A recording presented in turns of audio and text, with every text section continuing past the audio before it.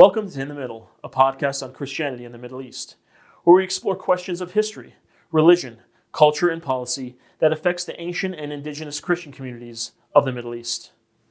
I'm honored to be joined today by Betty Tekeste, a human rights advocate for Ethiopia's ancient Christian community. Together we discuss the history and heritage of Ethiopia's ancient Christians and the challenges they face today. So without further ado, thanks for joining the conversation, and welcome to In the Middle.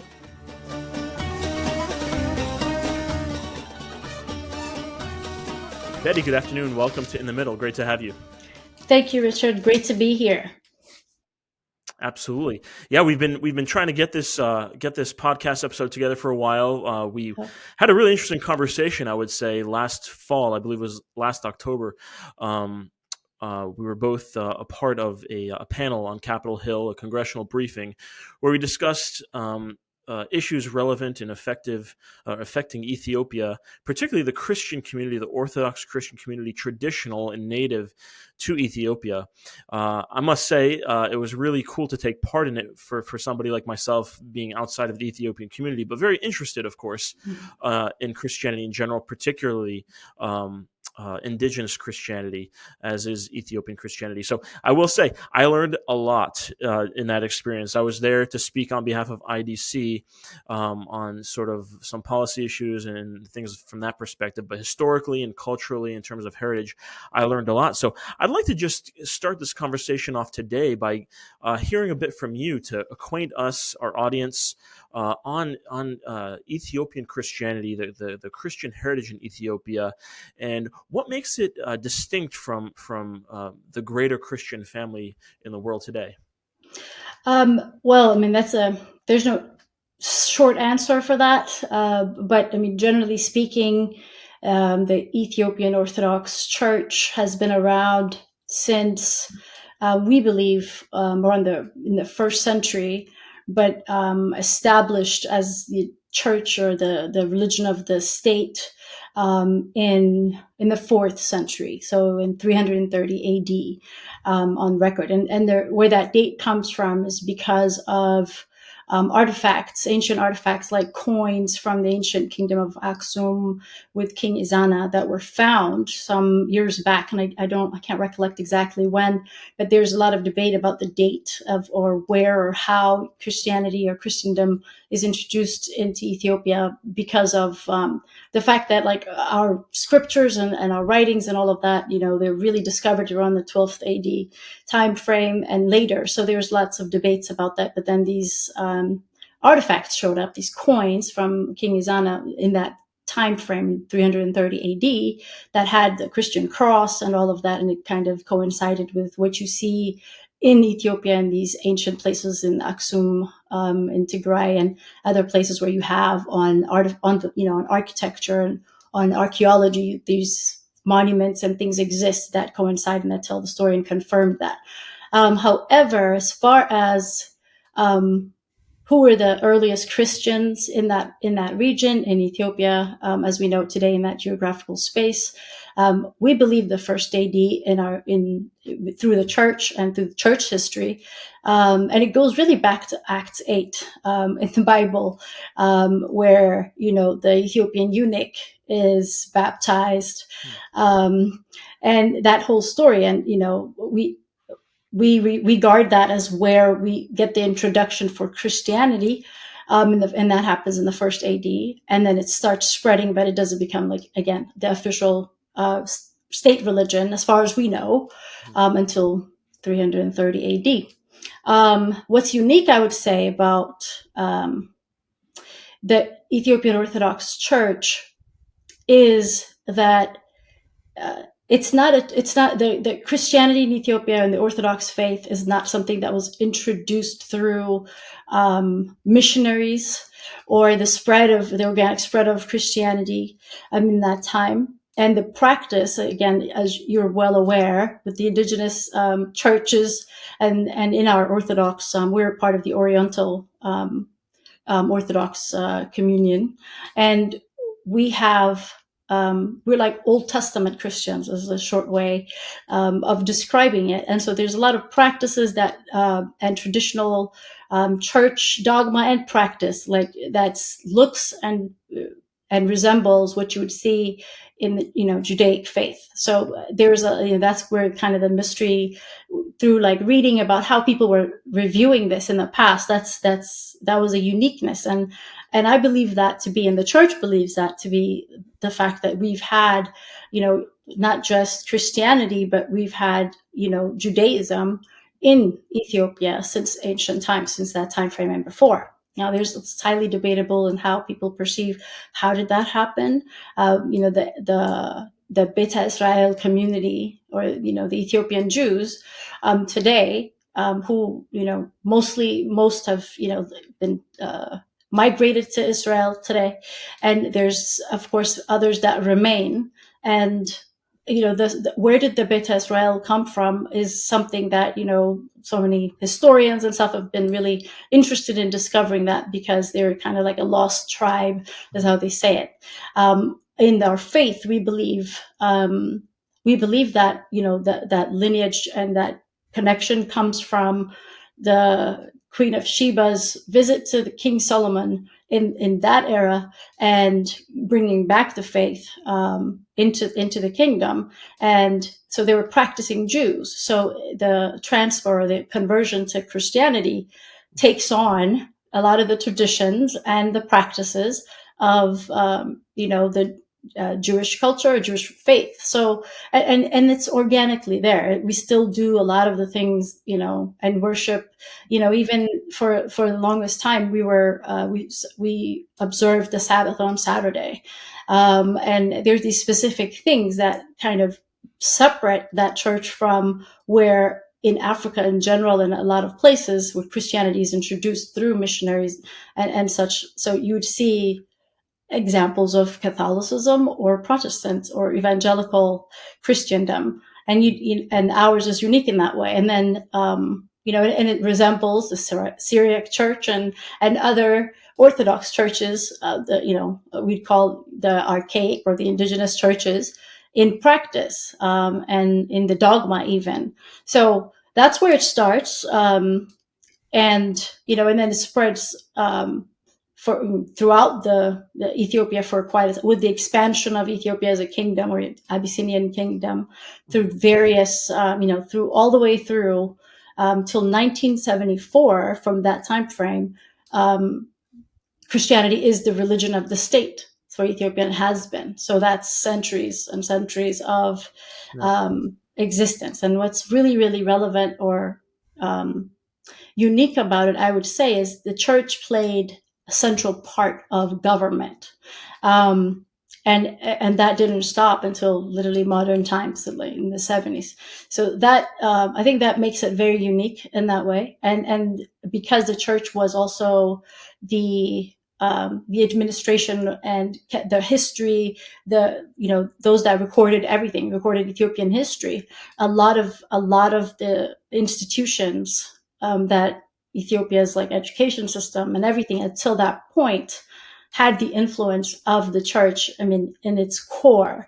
Haile Selassie, Emperor Haile Selassie, changed the constitution from the Fita Negest, which was the rule of the land, the law of the land, which was all based on orthodoxy, on Christian faith. So the judgment, the legal system, everything was around and dictated by the church and the church's belief.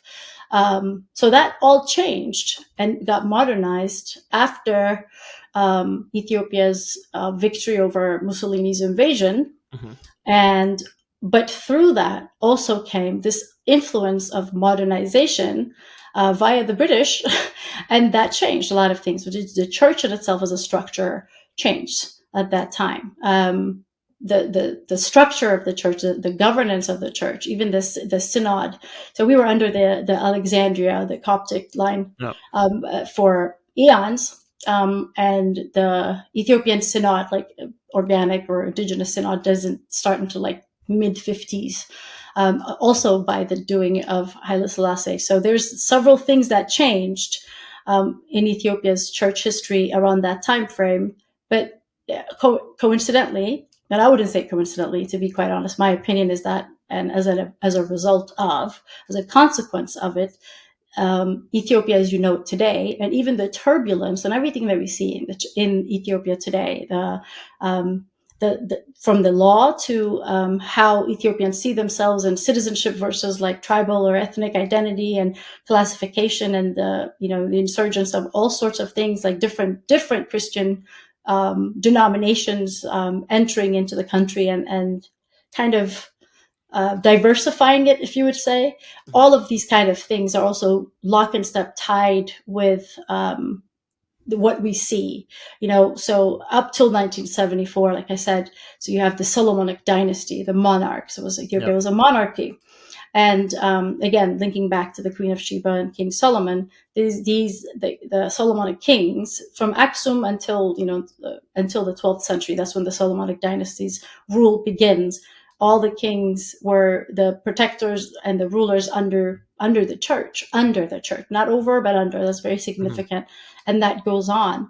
And it's dynasty, so it continues on, son to whatever, and all the blood lineage, and then it stops. And the first, after Haile Selassie's passing, the first government of Ethiopia is the Derg regime, or the Derg government, which is a communist socialist government that comes in with all sorts of huge changes to the culture and the dynamic of the country in itself. And On that there's point, yeah, on that very same point, I would love to know what was the contrast? What were some of the elements that were different between the time where the church actually had a pretty significant role in the country, socially, politically, and governance, versus contrasting that toward on the post 1974 role of the church in Ethiopian society? How did that contrast? Were there any identifiable or measurable differences that one could speak of? Yeah, absolutely. I mean, on one hand, the entire the rise or of the resistance against the monarchy and everything was in that era, the 60s to the 70s. That's when there's the social movement, right? It's the social status hierarchy, class system struggle across the globe that just kind of, Ethiopia obviously also was impacted by that, but really more significantly when the separation happened, really with the monarchy, or actually the law changing, and the education system after the World War II, when Mussolini's army are kicked out and everything, and the British play a big role in this. The education system, the national education system in Ethiopia, is the first starting point where everything changes. And that Haile Selassie is known as the modernizer of Ethiopia for a lot of reasons. And in that time, so my grandparents, for instance, would have learned your education starts with the church up to grade, and I don't know exactly, but there's church schooling that was part of the universal education system. And then there would be all these different disciplines, whatever, you get into the sciences and whatnot. So that stopped completely, becoming a mandate or part of the law of the land. So that's a significant change. So now you have Western education and liberal ideas and everything else that's imported from what's happening outside. So up till then, I would say that there was a lot of seclusion and a lot of focus in on faith. And not to say that there aren't other people like non-Christians in Ethiopia, because I think we talked about this in October. So much like the introduction of Christianity in that early time frame, Islam is also introduced into Ethiopia in the 6th century, in the 600 ADs. I don't exactly recall the exact time frame, but and there's very interesting story about that as well, because it's also written in the Holy Quran, where the Prophet Muhammad, in that turbulent time when they're being chased by all these people who are trying to kick out his followers and the faith, and the persecution of Muslims at that time, if you would say, in the early days, sends his followers, some of his family members even, to the land of Al-Nagash, or Nugus is the word for king in Amharic, for instance. And he writes them, and he says there's a land where there's a just king and they will protect you. You'll be protected there. And they come pleading, and they're given refuge. And so we have early installation of Muslim culture or Islam in Ethiopia since that time frame as well. So these two religions literally they grow together and are part of the fabric of the Ethiopian people since that time. So there's other faiths as well. But again, the Orthodox Church played a big role, and they were the administrators that, and because there was the royal family would keep Amharic and these laws in the system and the governance of all its provinces, etc. Up to this time.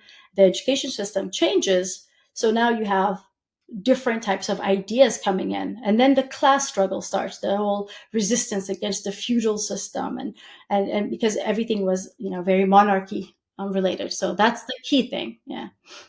Well, that's very interesting that you mentioned that because um, not knowing a whole lot about that period in the dynamic in Ethiopia, it still sounds very familiar because there's really nothing unique about that when we'll call it far left elements or far left ideas, call it Marxism or whatever you like, uh, are first introduced to a society, the first place they go, or at least one of the first places they go, is education. Mhm. They try to Yep. eradicate and do away with the old way of education, the old ideas, old culture, and institute new things in the name of progress, in the name of um, whatever it may be, something Modernity. progressive. Yeah. Modernity, Hmm. exactly, and that's great. Modernity is great if it's not a wolf in sheep's clothing, of course.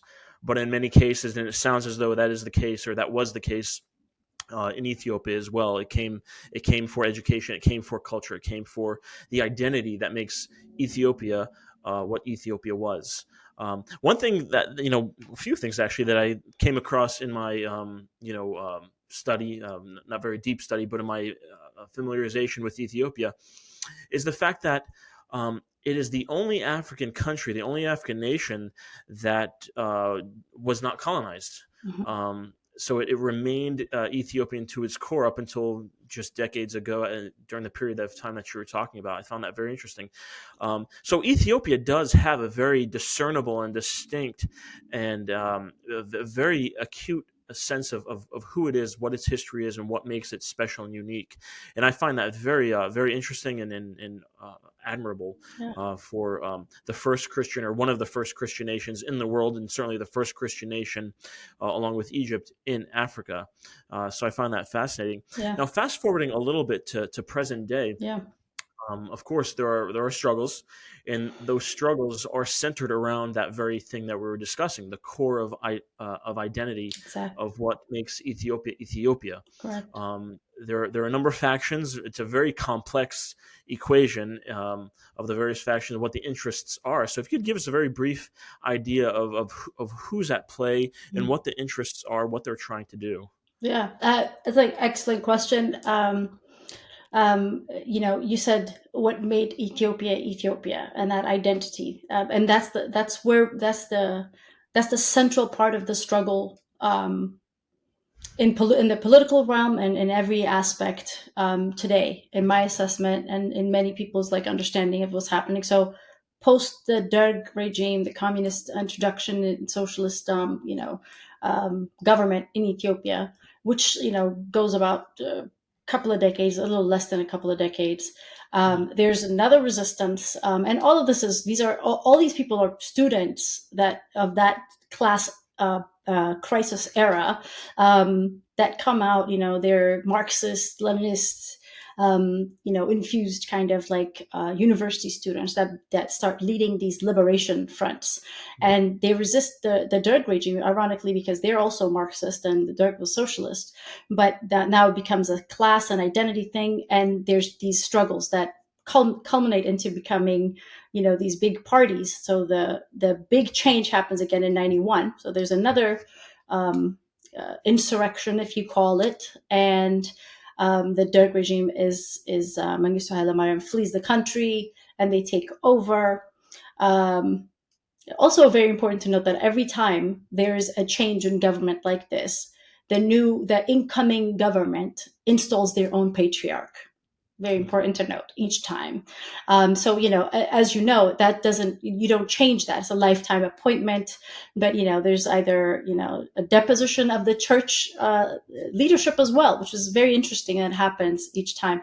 In 91, the Derg regime is kicked out, and the TPLF were fighting for the liberation of Tigray against the Derg regime. They become part of, and the actually core, most powerful element of the EPRDF, which is the Ethiopian People's Republic Democratic Front, or something like that. Mm-hmm. And that government goes on until present time. In 2018, there's another transition where the Prosperity Party comes in. So what's significant about that is what's introduced during the time of the EPRDF since 91 is that, again, the constitution is changed. So and there's like 3 or 4 transitions of the constitution, but at this time they introduced this new thing called the ethnic federal system. So you're talking about there's some atheists and very Marxist thinking in their manifesto. If you get familiar, not to get into too deepness about this whole topic, but it's not Christian based. That's a big significant part about it. But outside of that, it also introduces in a very systematic way division of people, not by class, as in the last round, but now by ethnic identity. And interestingly, Ethiopia has over 80 plus various ethnic, more so, but now it's at 85 or so, with unique languages, right? And have existed with one national language, Amharic, throughout this time. So there's all these things about you've been your culture has been oppressed, and there's a hegemony of these Christian kings, and it's pointed at a central people, at the Amhara people specifically, of doing this, because a lot of the monarchs were associated with being Amhara as an ethnic identity. The reality is there are Amhara people who are part of that, but like Haile Selassie, for instance, but they're and Emperor Menelik, you've heard of Menelik through the first Adwa War, the victory of in the 1800s, late 1800s, against the first Italian invasion, where with spears and horses and such, Ethiopia somehow defeats the first in the scramble of Africa.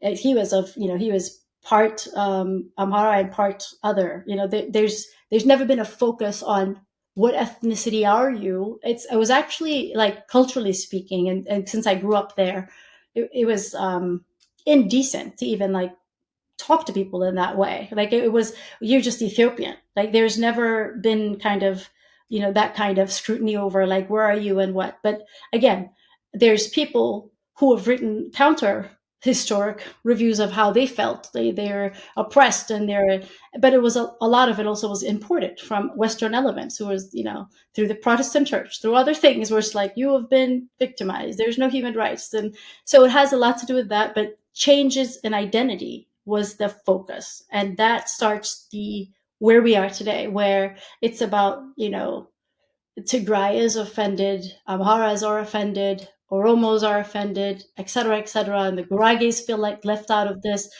and so that's the divide and conquer that worked. And so Ethiopia was never colonized, but it was colonized by ideas, by destructive ideas. There was, yeah. Thank you. Yeah. Absolutely, and it was infused into the education system through religious integration like that. First of all, there was never another Christian church in Ethiopia. Like I said, the Muslims have been around.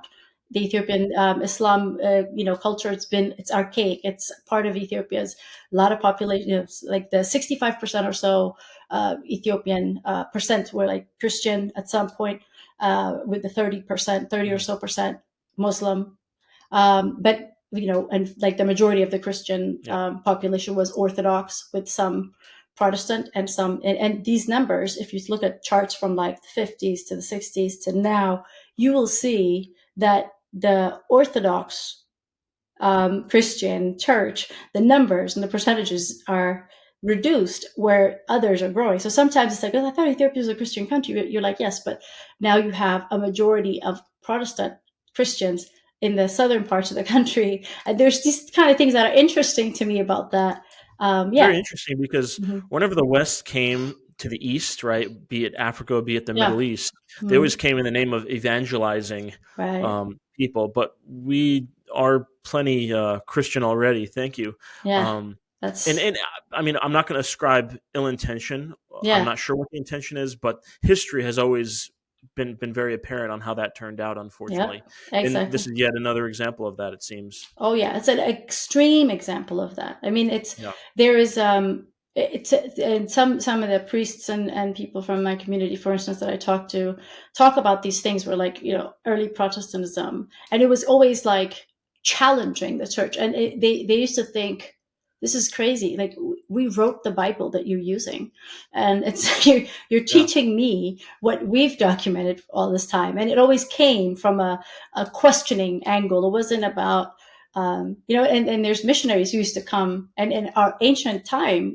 in during the monarchy, they would get kicked out. I mean, there's history about that. I mean, there's the Jesuits insurrection, there's this, and they would just like wipe them out. Like, there used to be wars because of these kind of things. And every time Christianity has been challenged, and I think I've mentioned this to you, because this showed itself in the middle. Ethiopia's Christian kingdom, if you will, was in the middle of all these Islamized countries all around Yeah. in that part of Africa. And that Yeah. was part of the seclusion, like throughout our time. And every time there's, the Ethiopia was diminished, like the Aksum kingdom was diminished to a small ball of stuff in the northern part at some point. There was Yeah. the Persian invasion that came in, the Ottomans and such. And then there's waves of this kind of stuff that happened. But now, and why it's so hard to kind of point it to say, okay, this is Christian persecution, is because you'd see a faction, a growing faction of a certain denomination of Christendom Yeah. that's kind of like expanding.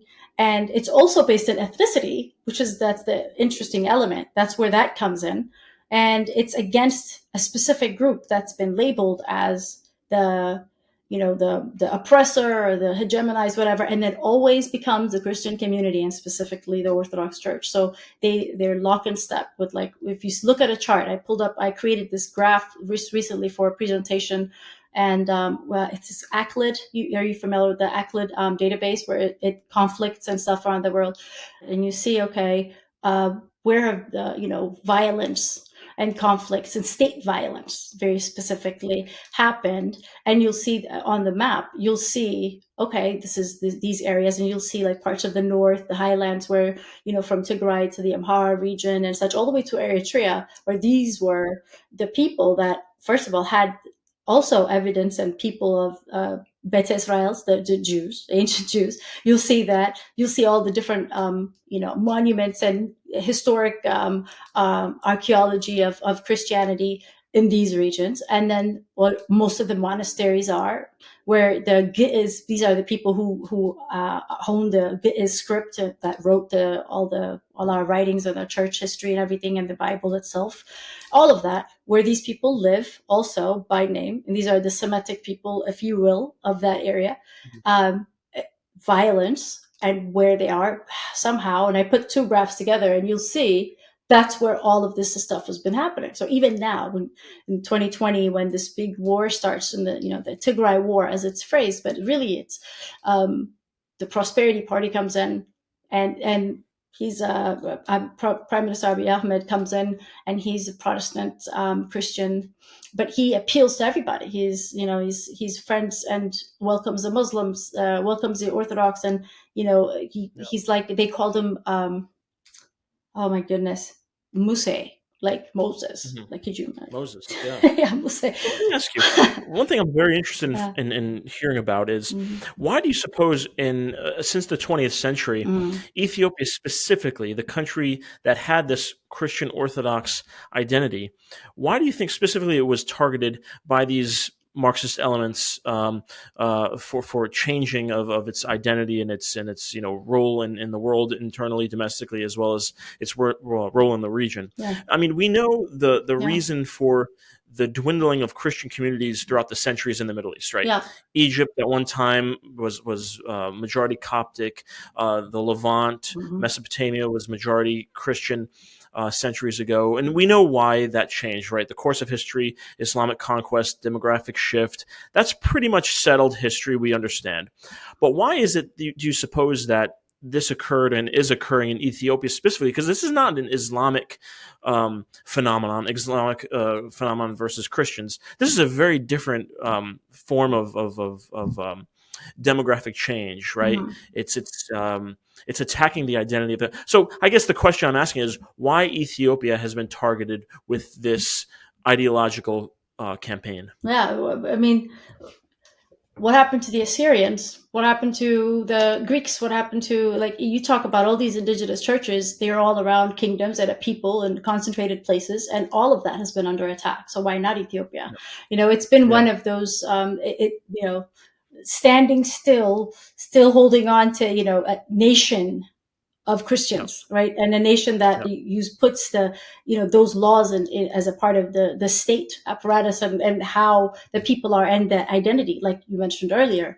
And to me, in my understanding, it's like to break down um, that identity, and mhm, I'm a religious person, so I do believe it's to take away that element of your oneness with God and your faith, that you have to have this like ambiguous version of, this is yeah, what it's the worldly version of Christianity, where everything mhm, applies and the dogmas and the yeah, rules are loosened and all that. And you can't do that when you have a community, a strong community of faithful, like, and it's like it's part of your fabric of life. So to change yeah, that, you have to change your concept of who you are.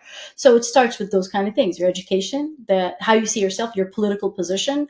So it's a dividing, but also it's comes directly in the church. I mean, it's in the structure of the church and the leadership of the church. Like, these are the things that break it apart. And you'll see with the decline of the church is also the decline of the people and the country in itself. Like, all the yeah, turbulence, it's lock and step. Separate church, from state. That was the mhm, mandate by the British when Haile Selassie, and some speculate that that was why the British helped. But it's also because of World War II, and fascist Italy becomes an enemy, so the British yeah, used that time to get rid of Mussolini. But it's funny, the Italians, and there's an interesting book called Ethiopia under Mussolini, if you ever get a chance to read it.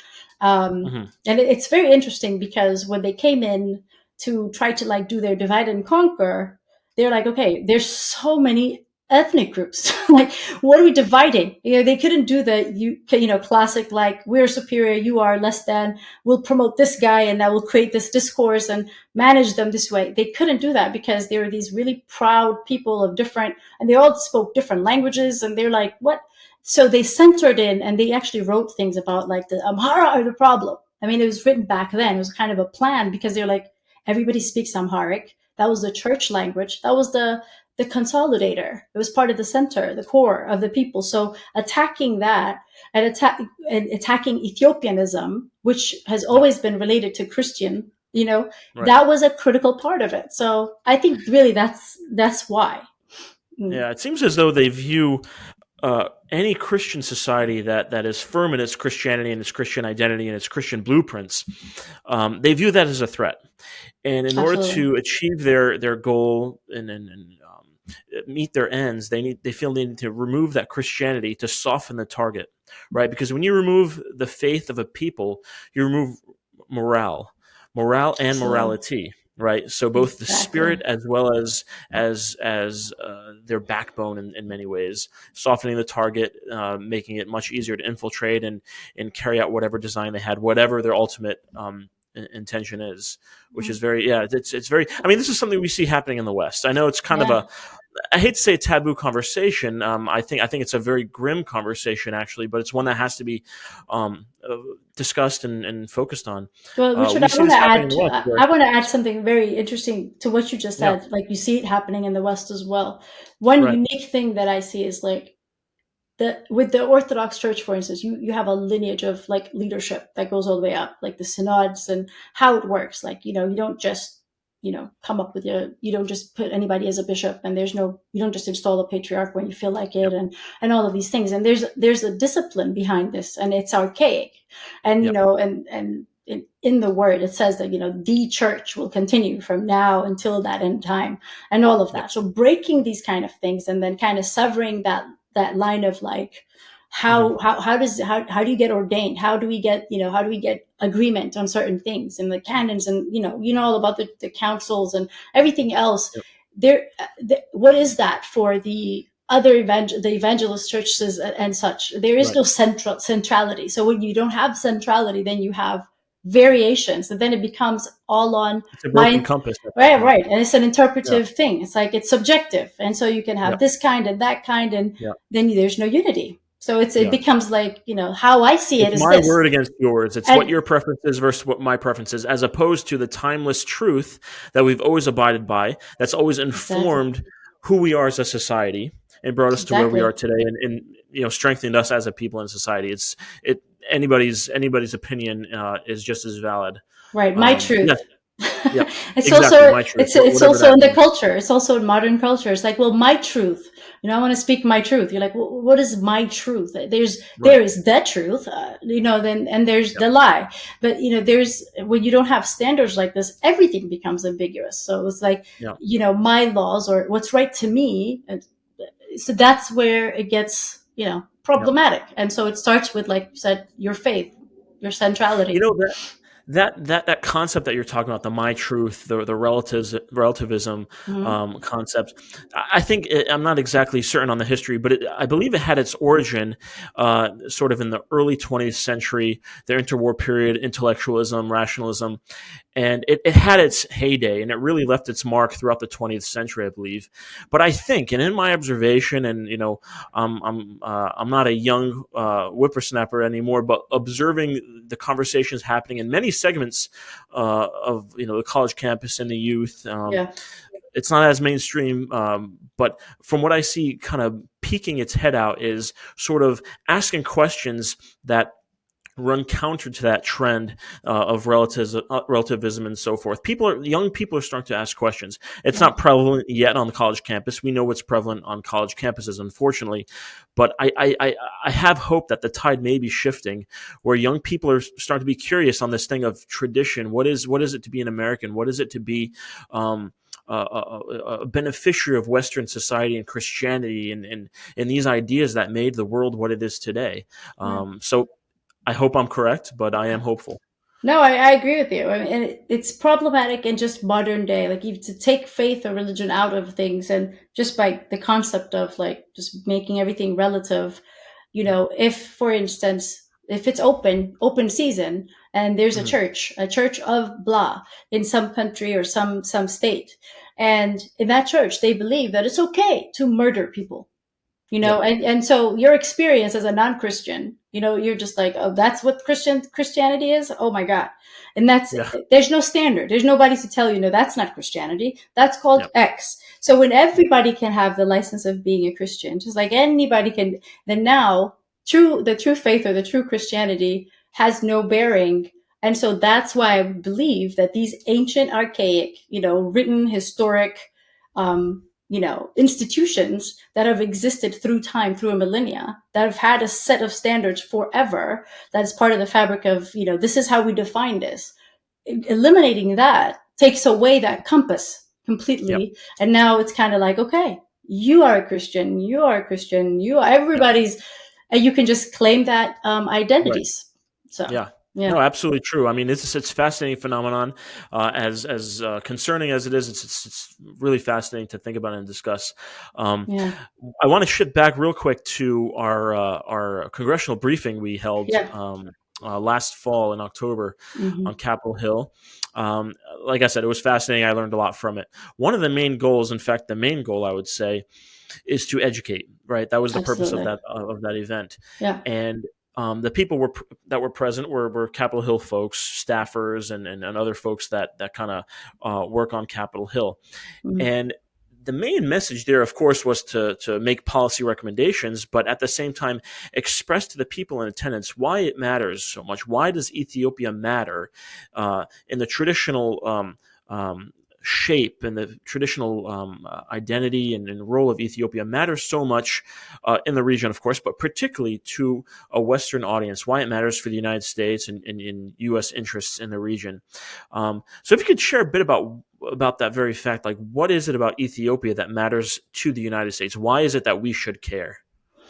I think that, I mean, generally speaking, for anybody, whether it's American or anybody in the world watching, is we should care when fellow human beings are being targeted for elimination. And it's hard to make the case of saying, you know, Ethiopians are generally being persecuted, or people of the Orthodox faith, or this part, because, like I said, there's various nuances. And then you have certain people who are saying, it's us that are being targeted. It's my ethnicity, and it's the Ethiopian state that's doing it, and it's this and the other. So when it becomes ambiguous like that, to put it on a scale and say, okay, this is what should happen for humanity, and this should stop, it makes it's this competing interest. Generally speaking, that people are dying and they're being killed by masses, and it's not being reported about as it should be. And my faith in why Americans should have a role and could have a role is because, and I'll just be transparent here, I do not believe in the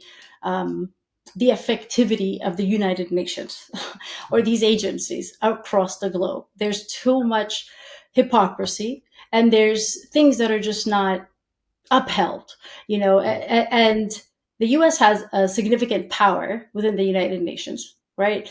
They have the power of veto, they have the power of all sorts of things, but then they also have the power of influence, and if there's an economic, power and leverage and all sorts of things. So it should matter for the American people to know what's happening around the world, because number one, it's a humanitarian thing. Number two, it's, a lot of the dollars and the policies that are being taken out of the West are part and parcel causing these things, if it's direct or indirect, and it's a consequence of it.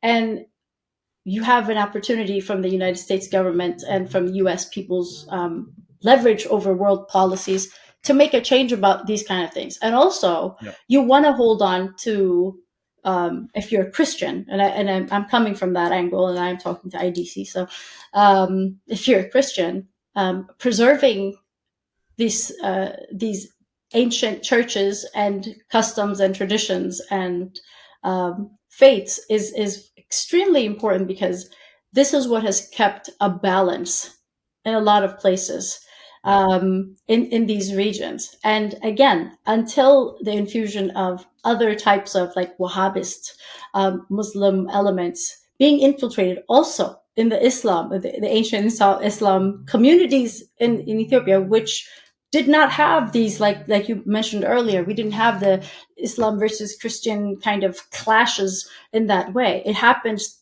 through foreign kind of insertions and laws changing and these kind of things. Or now from the Protestant side, it's so many different things. These things were controlled before because of the respect for the church, because of what what the church did to make sure that it was universal for everybody. As far as nobody was forced to convert. There's none of that. But you would be educated, if you will, and fairly judged based on God's laws. And you can't tell me that that's not just. It's like it was universally applied to believer and non-believer, and these kind of things kept a balance, in my view, and history shows it also. But when these things are gone, it also opens it up for all sorts of different elements to be entered in. Religion being used for, like, the jihadist things, like elements, for instance, and others. And we've seen this. We've seen Muslims being persecuted by Wahhabist Muslim groups, like Ethiopian Muslims. We've seen that. And then we've seen the power play of politicians saying, you see, the Orthodox are killing the Muslims, so the Muslims are killing the Christians. And that's not, not so much. There's all these other elements that are happening. So this matters, because the overflow matters. Europe cares about the migrant problem. Americans care about that, when people are just, being displaced all over the world. One of the biggest consequences, of course, besides all the deaths and the killings of so many innocent people and civilians through wars and these kind of things that have really exploded since Abiy Ahmed's arrival in 2018. Specifically the persecution of Christians, and Amharas and Tigrayans and all of that, is that displacement is a big issue. You have, 4 million internally displaced. You've got over 1 million that have now just flowed into Sudan, which is also another turbulent place now. And so these things will have, spiraling effect, and people should care. And American policymakers should definitely care. Yeah, no, I totally agree. And I think one of the biggest challenges, or I guess frustrations, to observe in U.S. foreign policy and how they do business is the fact that the United States, for a long time, has been completely agnostic or completely indifferent on the matter of faith and its role in foreign policy. Of course, we respect the establishment clause of the U.S. Constitution that says, of course, the United States government will not adopt a state religion, establish a state religion, and obviously that's sacred, and that's what makes the United States, what it is. That we are a refuge, a home for people of all faiths. Mm. But at the same time, what I think our folks in positions of authority do, whether it's in Congress or State Department, executive branch, they confuse the establishment cause and take that as to be you have to be completely indifferent on the question of faith. Right. When in foreign policy, considering faith and faith communities and the dynamics of faith matters greatly, because you mentioned early in the conversation that the people of Ethiopia, the Christians of Ethiopia, generally speaking, traditionally, are of the Oriental Orthodox communion. The one thing about the Oriental, I'm also a member of the Oriental Orthodox community as a Syriac Orthodox as well, so we share that in common. The one thing that, of course, but for the sake of our viewers, Oriental Orthodox really have no friend, right? The name of this show that we're talking on right now is called In the Middle. The Oriental Orthodox truly are in the middle. Yeah. We are not Western enough, so to speak, to be embraced by the West, the Catholic Church and the Protestant West, but at the same time, we're not part of the Eastern Orthodox, Russian sphere, Russian orbit. So we really don't have an ally, so to speak, in that sense. So if the United States were to recognize this and say, hey, there's 10 million Copts in Egypt, there's 25 or 30 or whatever million in Ethiopia, there are, say, 10 million in India, which people usually sleep on. They really don't remember the Christians in India, Syriacs and so forth. In this region of the world that we're trying to get a foothold in, East Africa, the Middle East, for example, if they were to recognize that we are free agents, we are in the Gulf, we are truly free agents. We're not part of the West, so to speak, in any sense. We're very native and indigenous to the region.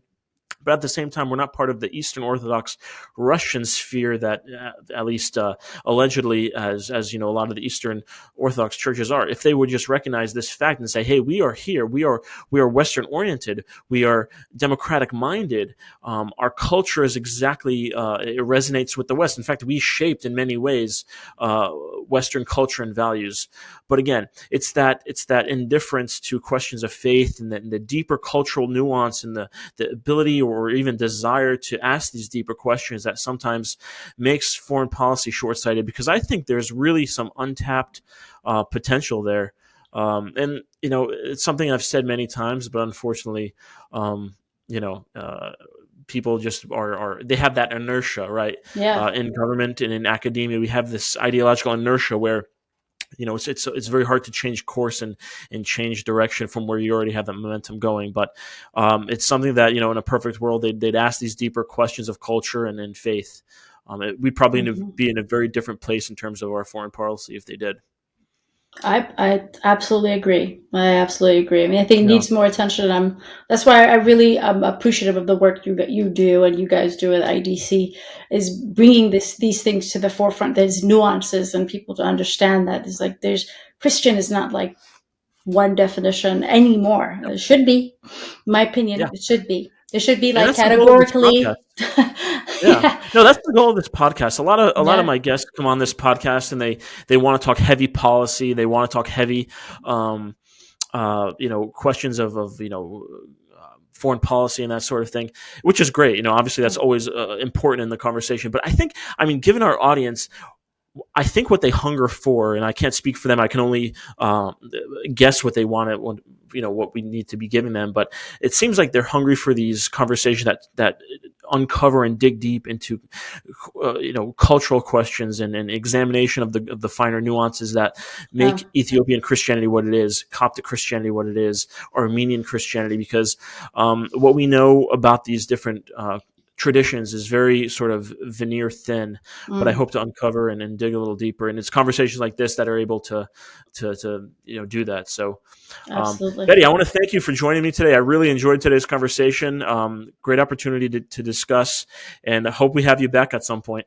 Absolutely, and thank you for doing this because I'm learning a lot about other ancient churches and ancient Christians, and the different when you have these audiences there, like your whole the people that you're interviewing or talking to, we're all learning, and I think there needs to be a better connection of our communities because we face the same kind of things in different places, but like you have familiarity and common things. So it's very important that we make these connections happen. So I thank you for having Absolutely. me. All Thank you right. so much for being here. Thanks. Bye. Bye.